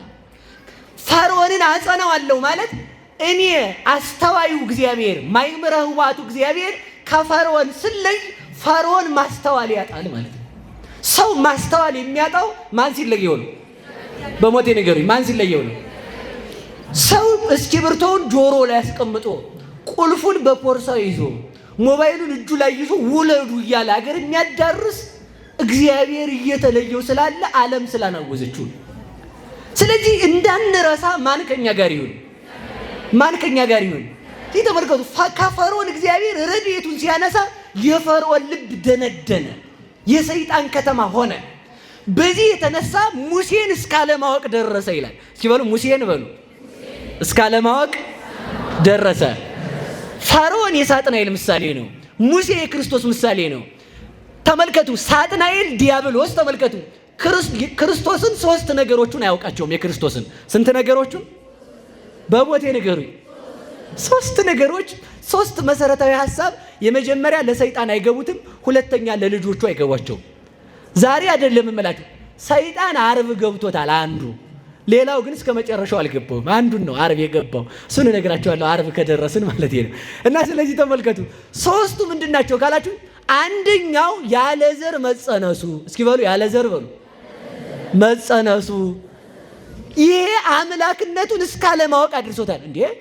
እንዴ አምላክ ቢሆን ተመልከቱ፣ መወለዱንስ ይወለድ እንደው ደግሞ ከተወለደ ከቤተ መንግስት እንደው ከነገስታቱ ልጅ ይመርጣል እንጂ የድሃ ልጅ ይመርጣል እንዴ? ያቺ እናት አባት የሌላት እመቤታችንን እኮ እሷን ይመርጣል እንዴ? አይሆንም ብሎ ይቺ አውረዋለች። ሰው ሲሆን ተመልከቱ፣ ለዮሴፍ ልጅ አለው ይመስለው ነበር። ሰው ሲሆን ክርስቶስ ሰው በሆነ ጊዜ እንደኛ ሰው ይመስለው ነበር። እንደማን ንገሩኝ እንጂ እኛ ሰው የሆነው በዘር ነው። ክርስቶስም ሰው የሆነው ምድራዊ አባት ያለው ይመስለው ነበር። ክርስቶስ ተመልከቱ፣ ዘባሂቲቱ አብ ወዘባሂቲቱ እም፣ የብቻው እናት የብቻው አባት ብቻ ነው ያለው። እስኪ በሉ የብቻው በሉ እናት የብቻው አባት። አብ ወልድን ይወልደዋል። አዎ ያለ እናት። እንዴት? ድንግል ማርያም ያለ አባት እንደወለደችው ማስረጃው እሱ። ይሄ ለሰይጣን ፈጽሞ አይገባውም። አንዱ። ሁለተኛው በድንግልና መወለዱን አያውቅም። በምን መወለዱን ንገሩኝ እንጂ። ሰው ያለ ድንግልና እንደማይወለድ ድንግል ማርያም ዘላለም ድንግል እንደሆነች ለሰይጣን አይገባውም፣ ለልጆቹም አይገባቸውም እስከ መጨረሻ። ክርስቶስ እንኳን ሲያስተምር ለአይሁድ እኔ በድንግልና የተወለድኩ ነኝ አላለም። እሱን ካላመንክ መጀመሪያ አምላክም ሰውም ነው ብለህ ካላመንክ የድንግል ማርያምን ድንግልና ማመን አችልማ ስላልቻለ ይላል ቅዱስ ዮሐንስ አፈወርቅ። እሱ በድንግልና መወለዱን አልነገራቸውም። ቢነግራቸው ኖሮ አይሁድ ተመልከቱ፣ እኔ የእግዚአብሔር ልጅ ላይ ባላቸው ጊዜ ሊወግሩት ድንጋይ እንዳነሱ ሁሉ እንዴት አድርገው በቅናት በተነሱበት ነበረ ይላል። ስለዚህ ተመልከቱ፣ ሲወለድ በድንግልና መወለዱን አያውቅም። አንድ። ሲጸነስ እንበለ ዘር መጸነሱን አያውቅም። ሁለት። ሰው ሲሆን አምላክም ሰውም መሆኑን አያውቅም። በሉ አምላክም በሉ እንጂ በሞቴ ሰውም አምላክና ሰው አይባልም። እሺ በፍጹም አይባልም እንደዛ። አምላክና ሰው ከሆነ ሁለት ነው የሚሆነው። አምላክም ሰውም መሆኑን አያውቅም።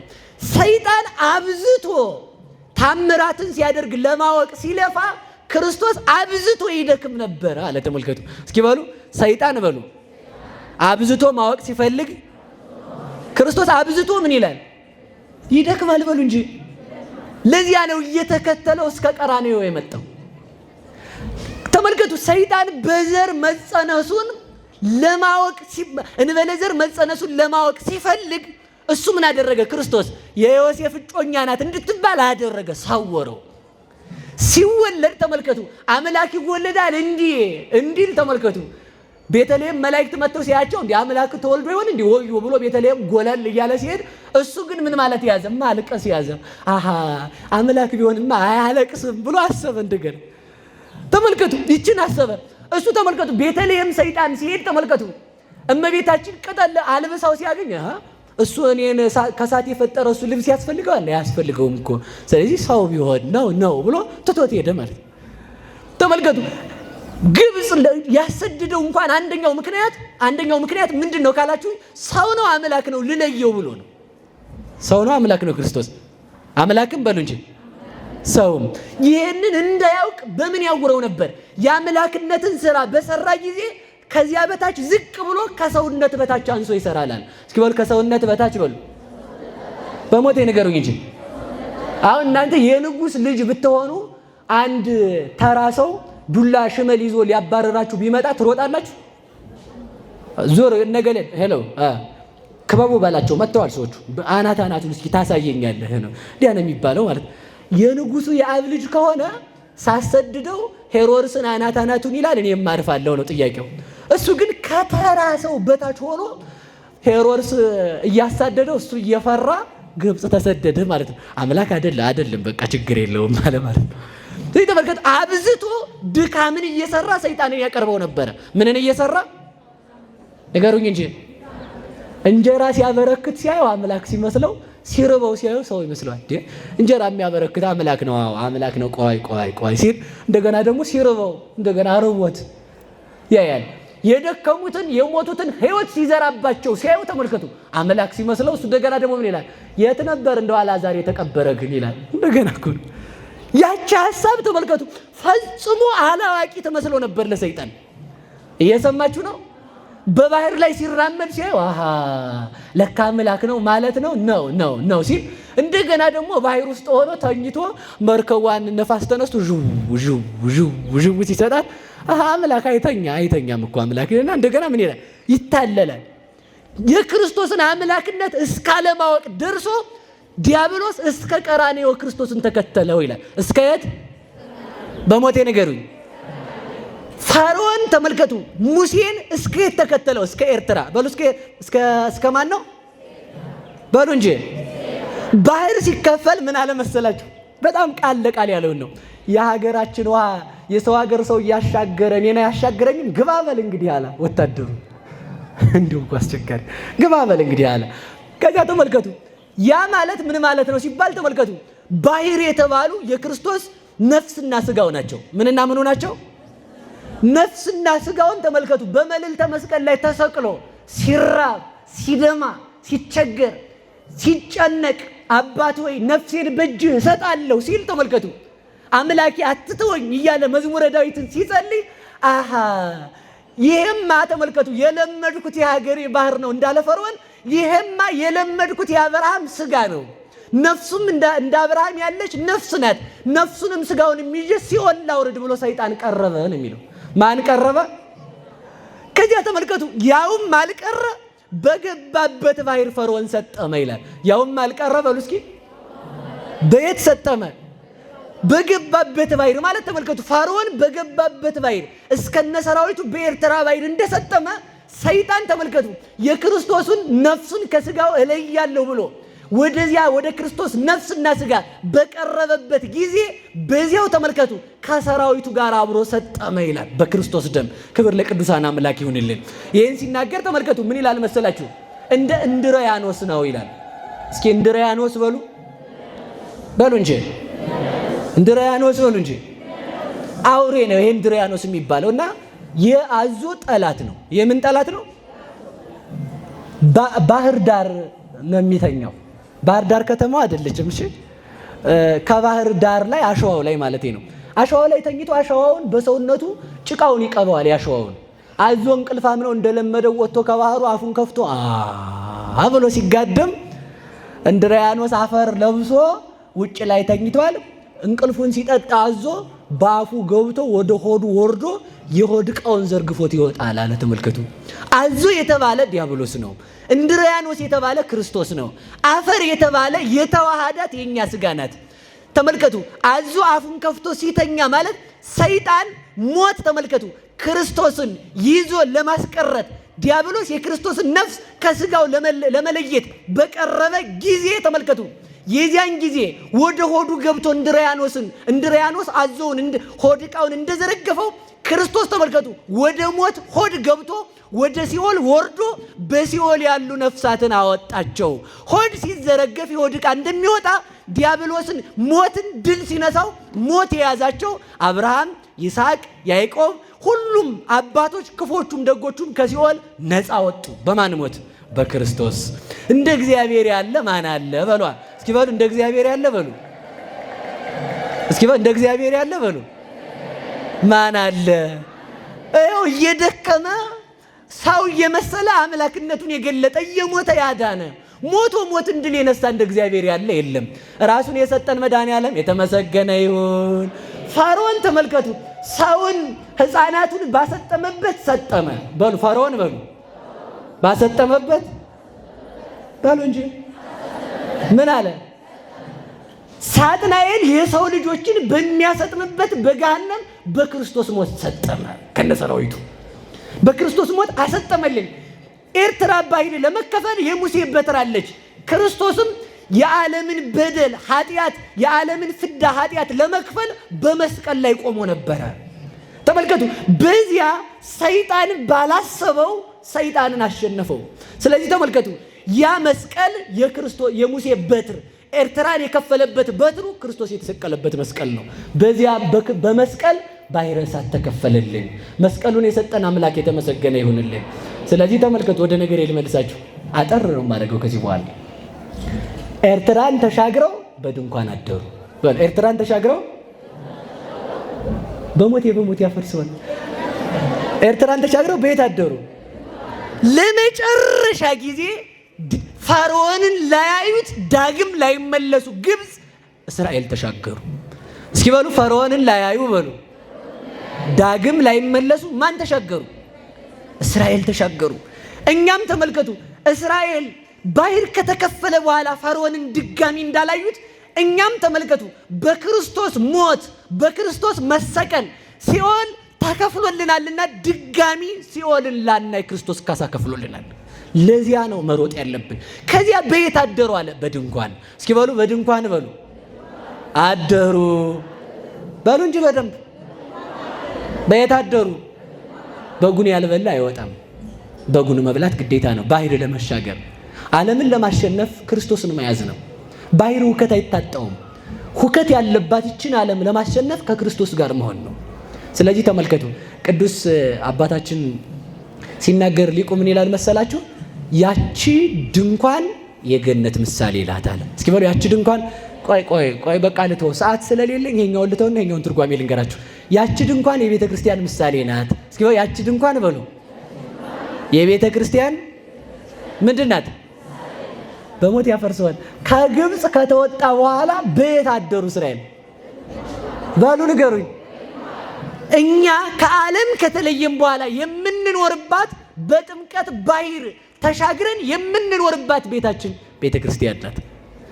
ያቺ ተመልከቱ ያቺ ተመልከቱ በረሃ ያቺ በረሃዋ በማንና በማን መካከል ነው ያለችው?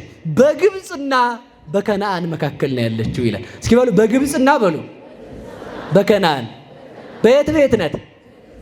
ቤተ ክርስቲያን ተመልከቱ በመንግስተ ሰማያትና በዓለም መካከል ያለች ድንኳናችን ናት። ክርስቶስን ለበሳችሁ የተጠመቃችሁ በሉ ማንን ለበሳችሁ? አሮጌው ማንነታችን የሚሞተው አካላችን የማይሞተው እግዚአብሔርን የሚዋሃደው በጥምቀት ነው። የሚጨልምበት ስጋችን ብርሃን ክርስቶስን የሚዋሃደው በጥምቀት ነው። አላዋቂ ስጋችን አዋቂውን የሚዋሃደው በጥምቀት ነው። ተመልከቱ። ስለዚህ ምን አለ? የሚጠመቅ ሰው አሮጌ ማንነቱን ቀብሮ ማንን ይለብሳል? በሉ ክርስቶስን በሉ እንጂ። የክርስትና ጥምቀት የሚጠመቅ ሰው ጸጉሩን ይላጫል፣ ልብስ አይለብስም ሲጠመቅ። ለምን? ልብሴ ክርስቶስ ነው ማለት እኮ ነው። ልብሳችን ማን ነው? በሞቴ ክርስቶስ በሉ እንጂ። አንድ ነገር ልንገራችሁ። እግዚአብሔር ከአባቱ ተወለደ አልተወለደም? ኖሮ ከማን ተወለደ? ቅዱስ ኤፍሬም ሲናገር የማይስማማውን ልደት ተወልዶ የሚስማማውን ልደት ተወልዶ የማይስማማ ልደት ተወለደ አለ። እስኪ በሉ በሞቴ የሚስማማውን ተወልዶ በሉ የማይስማማ ተወለደ። የሚስማማው እንደ አምላክነቱ ከአብ መወለድ ነው ተወለደ። የማይስማማው ልደት የሚባለው ሰው መሆኑ ነው። እሳት ከውሃ ጋር እንደማይስማማ፣ እሳት ከእንጨት ጋር እንደማይስማማ የማይሞተው አምላክ የሚሞት ስጋን የሚዋሃድበትን ልደት በሁለተኛው አደረገ አለ። የማይፈርስ እግዚአብሔር የሚፈርስ ስጋን የሚዋሃድበትን ልደቱን በሁለተኛው አደረገ አለ። ብርሃን እግዚአብሔር የሚጨልምበት ስጋን ለመዋሃድ ሁለተኛ ልደቱ አደረገ አለ። እኛም ተመልከቱ የሚስማማ ልደት ተወልደን የማይስማማ እንወለዳለን። እኛም በሉ እንጂ የሚስማማ ተወልደን የማይስማማ እንወለዳለን። ለሰው የሚስማማው ምንድን ነው? ከሚሞት ባህሪ ነው የተገኘ ነው። ከአባታችን ከሚሞት ተወለድን። ከሚጨልምበት ነው ከሚጨልምበት ተወለድን። ከሚወሰን ነው ከሚወሰን ተወለድን። ከሚወሰን እናት አባት ተወልደን ከማይወሰነው ከእግዚአብሔር በጥምቀት እንወለዳለን። ከሚሞት እናት አባት ተወልደን ከማይሞት እናት አባት ከጥምቀት እንወለዳለን። ተመልከቱ። ከሚጨልምባቸው እናት አባት ተወልደን ከማይጨልመው ከብርሃን ከእግዚአብሔር እንወለዳለን። ያ ማን ነው? በሉ ጥምቀት በሉ እንጂ። ጥምቀት ነው በሉ እንጂ። ጥምቀት ይሄ ነው። እጥር አድርጌ ብቻ ነው የምናገረው። በሞት ያፈርሰውን አንድ ጊዜ ብቻ ስሙ። እጥር አድርጌ ነው በጣም የምናገረው፣ አላስረዝመውም። ትርጓሜውን ሁሉ ስለምተው የፈለግኳትን ብቻ ልንገራችሁ። ከግብፅ ከወጡ በኋላ በሉ በየት ነው የሚታደረው? በበረሃ በሉ እንጂ። በየት ነው የሚታደረው? በየት ነው የሚታደረው? ይኸው ክርስቶስን አግኝቼዋለሁ ገነት ነው የምገባው የሚል ጉራ የለም። የት ማደር አለብህ? እዚህ ድንኳን ማደር አለብህ። አይቻልም። እዚህ ድንኳን ካላደርክ ምድረ ርስት አትገባትም። ይሄ ነው ወቀው በቃ። አዳም ተመልከቱ፣ ክርስቶስ ነፍሳትን ካወጣቸው በኋላ በገነት አሳደራቸው አለ። ክርስቶስ በሉ ነፍሳትን አወጡ። በየት ነው ያሳደራቸው? ደስ ይበላችሁ። እውነቴን ነው። ለምን ብትሉኝ በገነት ቆዩ። ያው እንግዲህ ችግሩ የከተማ ሰው ለምን ደስ እንደሚለውም አይታወቅም። ዝም ብሎ ሰባኪ ስለለፈለፈ እልል ነው የሚል ማለት። እንደዚህ አትታርጉሽ። ቆዩ፣ ደስ ይበላችሁ ያልኳችሁ ይሄ ነው። ከኛ በፊት የነበሩ ቅዱሳን ሁሉ ቢሄዱ እኛ ሳንሄድ መንግስተ ሰማያት አይገቡ። እየሰማችሁ ነው። ኪያየ ይጸንዑ ጻድቃን እስከ ሶበተ አሰየኝ አይደል? እኔን ዋጋዬን እስከምትሰጠኝ ጻድቃን ይጠብቁኛል አለ። የወሰዳቸውን ነፍሳት ክርስቶስ መንግስተ ሰማያት ሳይሆን ያስገባቸው ገነት ነው። እስኪ በሉ ገነት ነው በሉ። ገነት ላይ ደግሞ አብርሃም፣ ይስሐቅ፣ ያዕቆብ ደጋግ አባቶች ቅዱሳን ሁሉ በዚህ ዓለም ትውልድ እስከሚያበቃ ሰማይና ምድር እስከሚያልፍ ድረስ መንግስተ ሰማያት ስለማይከፈት አብረን ነው መንግስተ ሰማያት የምንገባው ማለት ነው። ስለዚህ ያ ቀን እግዚአብሔር ያብቃን። በገነት የሌለ በሉ መንግስተ ሰማያት አይገባም። ነገሩኝ እንጂ በጎላው ነው ግብርም የሚለወጡ እነ ኤልያስ ይኖራሉ። የዛን ጊዜ ወደዚያው ሞተው ወደ መንግስተ ሰማያት የሚሄዱ ማለት ነው። በጎላው ግን እንደዚያ ነው። ጎላ ማለት መጠጫው እንዳይመስላችሁ እሺ፣ ትቼዋለሁ። ስለዚህ ተመልከቱ፣ በቤተ ክርስቲያን ያላደረ ሰው መንግስተ ሰማያት አይገባም በሉ። በቤተ ክርስቲያን ያላደረ በሉ መንግስተ ሰማያት አይገባም። ያቺ ተመልከቱ ምድረ ርስት የመንግስተ ሰማያት ምሳሌ ናት። የእመቤታችን ምሳሌ ናት። እሱን አይደለም የረሳሁት። ምድረ ርስት ላይ የነበሩትን አሕዛብ አጥፍቶ ለእስራኤል አወረሳቸው አለ። እስኪ ምድረ ርስት የነበሩትን በሉ አጥፍቶ ቦታዋን ለማን ሰጠ? በሰማይ። ያ ተመልከቱ ምድረ ርስት ላይ ያሉ አሕዛብ የዲያብሎስ የሰራዊቱና የእሱ ምሳሌ ናቸው። ምድረ ርስት የነበሩትን አጥፍቶ ለልጆቹ እንዳወረሰ በሰማይ ይኖር የነበረ ዲያብሎስን ከክብሩ አውርዶ በሱ ቦታ ሰውን ፈጠረ ማለት ነው። በሱ ቦታ ማንን ፈጠረ በሉ ንገሩኝ? ሰውን ፈጠረ። ያንን የፈጠረው ሰው ደግሞ ሁለት ነው በሉ። ሁለት በሉ ቶሎ ብላችሁ ሁለት። ያ ሁለት ሰው ደግሞ ተመልከቱ በጣም ሺህ የሆነ የሳጥናኤል ሰራዊት የነበረበት ቦታ መግባት አይችልም። እንዴት? የሺዎችን ቦታ ለመያዝ ሺህ መሆን ይጠይቃል። የእልፍ ቦታን ለመያዝ እልፍ መሆን ይጠይቃል። እስኪ የእልፍ ቦታን በሉ ለመያዝ ምን ይጠይቃል? እሺ እግዚአብሔር ይስጥልኝ። ስለዚህ አዳምና ሔዋንን ከተሳሳቱ በኋላ ወደዚህ ዓለም እንዲወርዱ ያደረጋቸው በዲያብሎስ ነገር ልክ እንዲሆኑ ነው። በማን ነገር ልክ ንገሩኝ እንጂ። ስለዚህ የክርስቲያኖች ቁጥር በዲያብሎስ ነገር ልክ ሲሆን ሰማይና ምድር ያልፋል። እስከዚያ ግን የምንቆየው በየት ነው በሉ? በድንኳን በሉ። ድንኳን ማናት? በሞቴ ንገሩኝ። በቤተ ክርስቲያን የሌለ ሰው ቅዱስ ሚካኤል አይቆምለትም። የሕይወት መጽሐፍ የተባለው ጥምቀት ነው። የሕይወት መጽሐፍ የተባለችው ድንግል ማርያም ናት። የድንግል ማርያም እናትነት የሌለው የጥምቀት ምልክት የሌለው ለየት አይበቃም። ቅዱስ ሚካኤል አይቆምለትም ማለት ነው። ቅዱስ ሚካኤል እንዲቆምልን እግዚአብሔር ይርዳን። ዘመኑ ስለዚህ ተመልከቱ፣ በሕይወት መጽሐፍ የተጻፈ በልበ ሥላሴ የተጻፈ ማለት ልጅ ብለው ሥላሴ የሚጠሩት ከጥምቀት የወለዱት ማለት እኮ። እስኪ ከጥምቀት የወለዱት በሉ የማን ልጆች ናችሁ? በደንብ የሥላሴ በሉ እንጂ የማን ልጆች ናችሁ? ማን ይቆምልናል? ስለዚህ በሉ ንገሩኝ። የሕይወት መጽሐፍ በዚህ ዓለም አለ እንዴ? ከሥላሴ በቀር የለም። የሕይወት መጽሐፍ ከድንግል ማርያም በቀር አለ እንዴ? የለም። የሕይወት መጽሐፍ ከጥምቀት በቀር አለ እንዴ? የለም።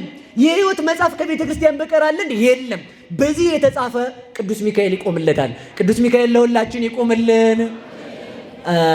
የመጨረሻ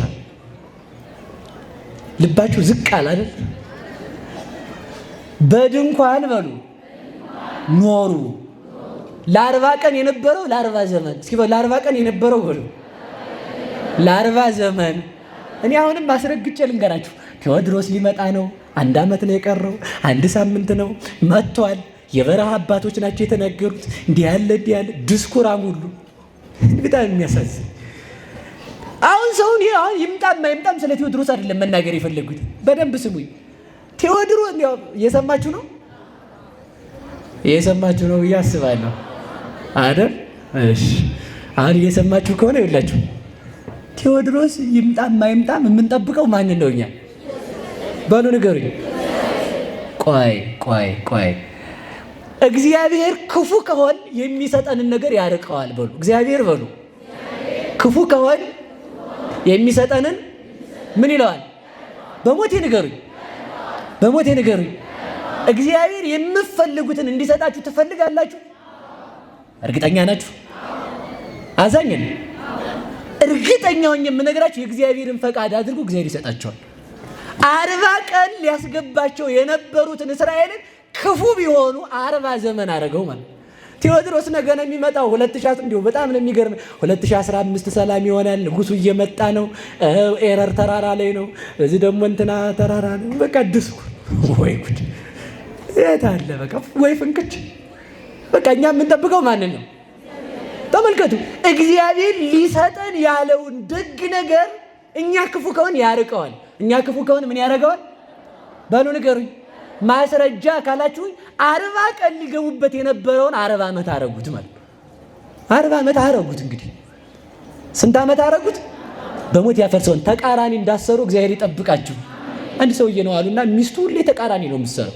እጠቢ ልብስ ለማሳጠብ ሲፈልግ እንዳነኪያት ታጥበዋለች። እጠቢ ለማለት ሲፈልግ ማለት ነው።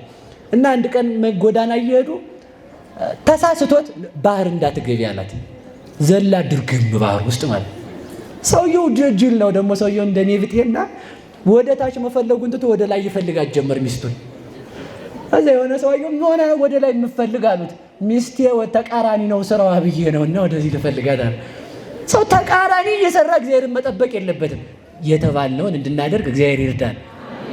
በሉ አሜን በሉ እንጂ ምን ማድረግ አለብን? 40ውን ቀን 40 ዓመት እንዳይሆን እግዚአብሔር ሊሰጠን ያለውን ሰላም የምናርቀው ባለመስተካከል ብቻ ነው።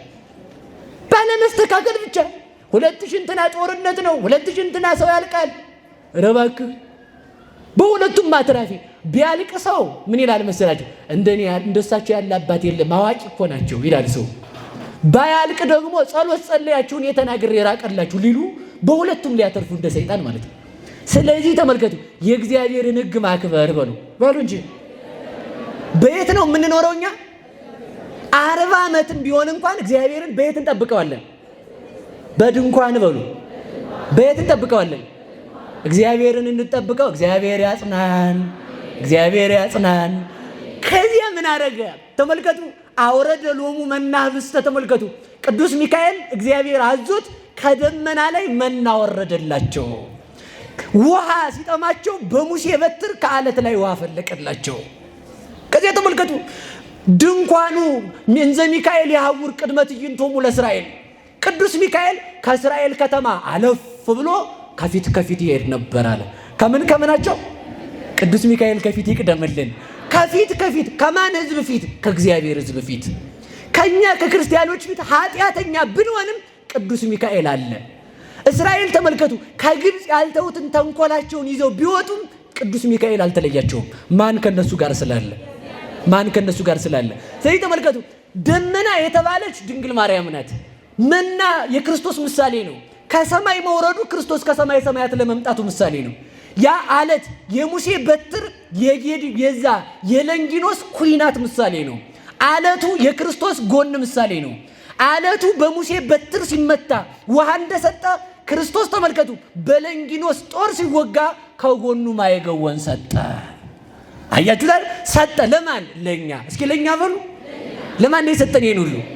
እግዚአብሔር ከኛ ጋር ነው። እግዚአብሔር ይሄን ሰጠን። እናቱን ደመና ይኸው ድንግል ማርያም፣ አለት ክርስቶስ ይኸው የማይዘኑ ራስ የሃይማኖታችን ራስ ክርስቶስ፣ ውሃ ይኸው የምንጠመቅበት ልጅነት፣ ስንቆሽሽ የምንታጠብበት ንስሐ ሰጠን እግዚአብሔር። ከዚያ እንደዚያ ቢያደርግላቸው እስራኤል ግን ጠገቡ ይላል። እስኪ በሉ እስራኤል ጠገቡ በሉ፣ ጠገቡ በሉ። የኛ ጥጋብ አያችሁት? ስጋውን ሰጥቶን እንጀራ የምንጠረጥር እግዚአብሔርን በባህር ውስጥ በእግር እያሻገረ እኛ እንደው ይሄን መከራ ያሻግረንም የምንል ለተመልከቱ እግዚአብሔር በሚደንቅ ነገር ስራ ይሰራል። ባህርን ለመክፈል በትርን፣ ዳንኤልን ለመጠበቅ አንበሳን፣ የሰለስቱ ደቂቅ ዘበኛ እሳት የሰለስቱ ደቂቅ ዘበኛ እሳት ነው። እንደዚህ አድርጎ ያስጠብቃል እግዚአብሔር በድንቅ ነገር። በድንቅ ነገር የሚገለጥ ቅዱስ ሚካኤል ስሙ የተመሰገነ ይሁን። ስለዚህ ተመልከቱ በድንኳን እንዳሉ 12 ሰላዮች ተነሱ ይላል። ስንት ሰላዮች? 10 የውሸት መረጃ መጡ፣ 2 ግን ትክክለኛ መረጃ መጡ። 10 ስንት አመጡ? አሁን የውሸት ሰባኪ ይበዛል በየአስፓልቱ አላያችሁትም? ጌታ ሞቶላል በቃ እንግዲህ የሚል ማለት ነው። ያ የውሸት ሰባኪ ነው። በነገራችሁ ላይ አፈር ሰውንላችሁ መናውን የበሉት ሁሉ ምድረ ርስት አልወረሱም። እስኪ በሉ መና የበሉ ሁሉ በሉ ምድረ ርስት ገብተዋል። 600,000 ሕዝብ ነው ያለቀው። በማን በ10 የውሸት ጎብኚዎች ምክንያት በካህዲያን የተሳሳተ ይኸውላችሁ የክርስቶስን ሥጋ እየቆረቡ እኔ እኮ ቄስ ነበርኩ፣ እኔ እኮ መነኩሴ ነበርኩ፣ እኔ እኮ ጳጳስ ነኝ፣ ሳቆርብ ነበረ፣ ሳጠምቅ ነበረ ብትል ከቤተ ክርስቲያን ከወጣ ጌታዬ በዚያው በበረሃ ነው የምትቀረው፣ በሲኦል ማለት ነው። እና በቤተ ክርስቲያን ጸንተን እንድንኖር እግዚአብሔር ይርዳን። ስለዚህ የመጨረሻ ምንድነው? ሁለቱ ሰላዮች አይተው መጡ። አይተው ምን አሉ? በሉ እንጂ አይተው ምን አሉ? መጥተው ምን አሉ? ለሕዝቡ ውሸት የሚነዛ ሰባኪ አለ። 10 ነው። 10 ስንቱ ነው? በሉ ንገሩኝ እንጂ 10 እንዲህ አሉ። አይ አገሯ ጥሩ ናት፣ ግን እንደው ግን ቁመታቸው እንደ ዝግባ፣ ኃይላቸው እንደ ዝሆን እንደ በረሃ ወይራ ናቸው። እኛ በእነሱ ዘንድ እንዳንበጣ ነን። ወንህነ ከመ አናብጥ በቅድሚሆሙ። እንደዚያ ስለሆን ያችን ሀገር ማውረስ አይቻልም። ወደ ግብፅ እንመለስ፣ ኤርትራ ገጥሟል። ሙሴንና አሮንን እንውገር አለ። ለዚህ ነው ካህናት ዛሬ በአደባባይ የሚወገሩት። ያንን ሁሉ ህዝብ 600,000 ህዝብ የሐሰተኞቹን የ10ዎቹን ስብከት ሰምቶ እግዚአብሔርን ቢጠረጥር በዚያው ጊዜ ተመልከቱ 600,000 ህዝብ የበረሃ ሲሳይ ሆኖ ቀረ። ያን ጊዜ ሙሴ በእግዚአብሔር ፊት ቆመ ይላል። በማን ፊት ቆመ? እግዚአብሔር እንዲህ አለ፣ እውነት እልሃለሁ 40 ዘመን ትኖራላችሁ። ክህደትን የሰሙ ክህደትን የሰበኩ 10 ሰዎች ምድረ ርስት አይወርሱም ብሎ አበው አልፈው ውሉድ እስከሚተኩ እስራኤል በበረሃ ኖሩ ይላል። ማን እስከሚተኩ? ሁለቱ ግን እንዲህ አሉ፣ እውነት ነው ግን ቁመታቸው እንደ ዝግባ ነው። ግን ከእግዚአብሔር በላይ ቁመት ያለው አለ ወይ? እውነት ነው ኃይላቸው እንደ በረሃ ወይራ የጸና ነው። እግዚአብሔር ግን ከነሱ በላይ ጽኑ ነው ብለው ህዝቡን አጸኑት። እነዚያ ሁለቱ ማን ናቸው? ኢያሱና ካሌብ ምድረ ርስት እስራኤልን ይዘው ገቡ። ስለ ቃሉ እግዚአብሔር ስሙ የተመሰገነ ይሁን። ኢያሱ ማን ነው? መንፈስ ቅዱስ። ሌላ ምሳሌ ያለው ክርስቶስ የሚል አደራችሁ፣ የክርስቶስ ምሳሌ ነው እንዳትሉ። መንፈስ ቅዱስ። ካሌብ ማን ነው? ካህናት መምህራን። ምድረ ርስት አይቶ የመጣ ማን ነው? ካሌብ። ለእስራኤል መናውን ያቀመሳቸው የምድረ ርስቱን ማን ነው? ካሌብ። በመንግስተ ሰማይ ያለው ምስጢር የሚናገሩ ማን ናቸው? ካህናት መምህራን። እነሱ ህዝቡን አጽንተው ተመልከቱ። ሙሴ ከሞተ በኋላ ተመልከቱ በኢያሱ መሪነት በካሌብ ሰላይነት የታየችውን ሀገር ወረሱ ይላል። ስለዚህ ተመልከቱ ክርስቶስ ከሞተ ተሰቅሎ ካረገ በኋላ መንፈስ ቅዱስ ወርዶ በሐዋርያት ላይ አድሮ ተመልከቱ ለሐዋርያት 12ቱን ዕጣ እንዳካፈለ መምህራንም ተመልከቱ የ12ቱ ሐዋርያት በክህነታቸው የሚያወርሷትን መንግስተ ሰማያትን ምእመናንን እየመሩ ምድረ ርስት ይዘው ይገባሉ። በዛ ውስጥ ግን ቅዱስ ሚካኤል አለ። እስኪ በሉ በዚያ ውስጥ በሉ ማን አለ? ማን አለ? ማን አለ?